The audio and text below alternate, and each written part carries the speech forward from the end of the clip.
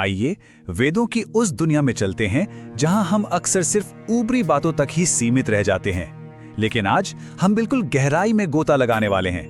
वेदों की एकदम असली नींव, उनका सबसे बुनियादी रहस्य। चलिए इस सफर को शुरू करते हैं। तो आज की हमारी इस चर्चा के 4 मुख्य पड़ाव होंगे।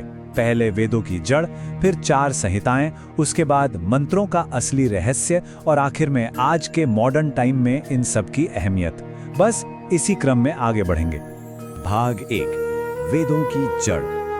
देखिए, वैदिक ज्ञान के इस विशाल ब्रह्मांड को समझने के लिए शुरुआत बिल्कुल नींव से करनी होगी। वैदिक साहित्य मुख्य रूप से 4 स्तंभों पर टिका है: संहिता, ब्राह्मण, आरण्यक और उपनिषद। उपनिषद जैसे ग्रंथ भले ही जीवन के सर्वोच्च दर्शन की बात करते हों, लेकिन इन सब की उत्पत्ति जिस पहले स्तंभ से होती है उसे संहिता कहते हैं। बिना संहिता के आगे के किसी भी विचार का कोई आधार ही नहीं है। अब सवाल है कि ये संहिता आखिर है क्या? आसान शब्दों में कहें तो ये मूल वैदिक मंत्रों का एक बेहद सुव्यवस्थित संग्रह है।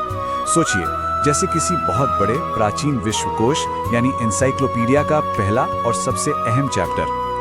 ये वो एकदम शुद्ध स्रोत है जहां से बाकी का सारा वैदिक ज्ञान प्रवाहित होता है। भाग 2, 4 संहिताएं। चलिए देखते हैं कि मूल मंत्रों के इस विशाल खजाने को 4 अलग-अलग शाखाओं में कैसे बांटा गया है। ये विभाजन अपने आप में एक बहुत ही अद्भुत मानसिक चित्र है। ध्यान दीजिए कि मानव जीवन के हर एक पहलू को कितनी बारीकी से कवर किया गया है। ऋग्वेद में प्राचीन स्तुतियों से प्रकृति की वंदना है। यजुर्वेद पूरी तरह से कर्म, अनुशासन और यज्ञ पर केंद्रित है। सामवेद में संगीत, लय और ध्वनि की ऊर्जा है। और अथर्ववेद ये सीधे तौर पर हमारे दैनिक जीवन, स्वास्थ्य और समाज से जुड़ा है। मतलब प्राचीन काल में ही जीवन के हर हिस्से को कितनी खूबसूरती से डिकोड कर लिया गया था। भाग 3, मंत्रों का रहस्य। अब ढांचा तो समझ आ गया, लेकिन इन मंत्रों के असली काम करने के तरीके को समझना अभी बाकी है। क्या ये मंत्र सिर्फ पूजा पाठ के लिए थे? ये एक बहुत ही आम गलतफहमी है कि इन प्राचीन श्लोकों को केवल धार्मिक कर्मकांड मान लिया जाता है, लेकिन असलियत इससे कहीं ज्यादा गहरी है। दरअसल मंत्र गहरे ध्यान, प्रेरणा और प्रकृति के प्रति अपना सम्मान प्रकट करने के बेहद शक्तिशाली टूल थे। उदाहरण के लिए, जब मंत्रों में सुबह के सूरज का आवाहन किया जाता है, तो वो कोई साधारण शारीरिक अनुष्ठान नहीं है। वो वास्तव में खुद के ही भीतर एक ऊर्जावान और जागृत मानसिकता को विकसित करने का एक तरीका है। यहीं पर एक बहुत ही दिलचस्प बात सामने आती है।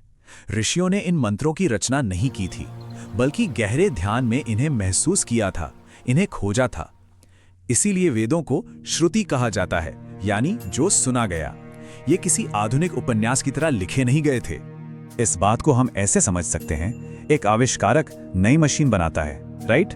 लेकिन एक वैज्ञानिक गुरुत्वाकर्षण जैसे नियम बनाता नहीं है, वो उन्हें खोजता है, क्योंकि वो नियम तो ब्रह्मांड में पहले से मौजूद हैं। बिल्कुल इसी तरह प्राचीन ऋषियों ने प्रकृति और मन के उन सार्वभौमिक नियमों की खोज की जो हमेशा से थे। और वैदिक संस्कृत की सबसे बड़ी खूबी यही है कि ये कई स्तरों पर काम करती है। इसका एक शाब्दिक अर्थ होता है और एक बहुत ही गहरा प्रतीकात्मक अर्थ। उदाहरण के लिए, जब अग्नि शब्द आता है तो वो सिर्फ बाहर जलने वाली भौतिक आग नहीं है। इसका बहुत गहरा अर्थ हमारी आंतरिक ऊर्जा, हमारे जुनून और आगे बढ़ने की प्रेरणा से भी है। भाग 4, आधुनिक युग में प्रासंगिकता।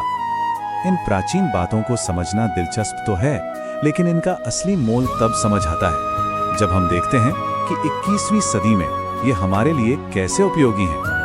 वैदिक काल में वर्षा के लिए गाए जाने वाले मंत्रों में प्रकृति के प्रति जो गहरा सम्मान था आज के इस ग्लोबल वाटर क्राइसिस और पर्यावरण की समस्याओं को देखते हुए हमें बिल्कुल उसी मानसिकता की जरूरत है।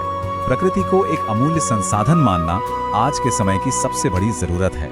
और ये बात तो सच में हैरान कर देती है कि ज्ञान का ये पूरा का पूरा पुस्तकालय बिना किसी लिखित भाषा के सिर्फ और सिर्फ याददाश्त के सहारे सुरक्षित रखा गया।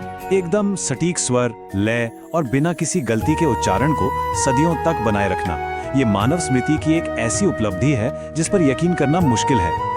आज हम एक ऐसे युग में हैं जहां डेटा और जानकारी की कोई कमी नहीं है। हर तरफ बस सूचनाओं का अंबार है, लेकिन संहिताओं का नजरिया हमें याद दिलाता है कि सिर्फ डेटा इकट्ठा करना काफी नहीं है। सच्चा ज्ञान यानी विजडम वही है जो सच में हमारे जीवन को एक सही दिशा दे सके। तो फिर आज की इस भागदौड़ वाली जिंदगी में संहिता को जीने का क्या मतलब है? इसके लिए किसी जंगल में जाने की जरूरत नहीं है।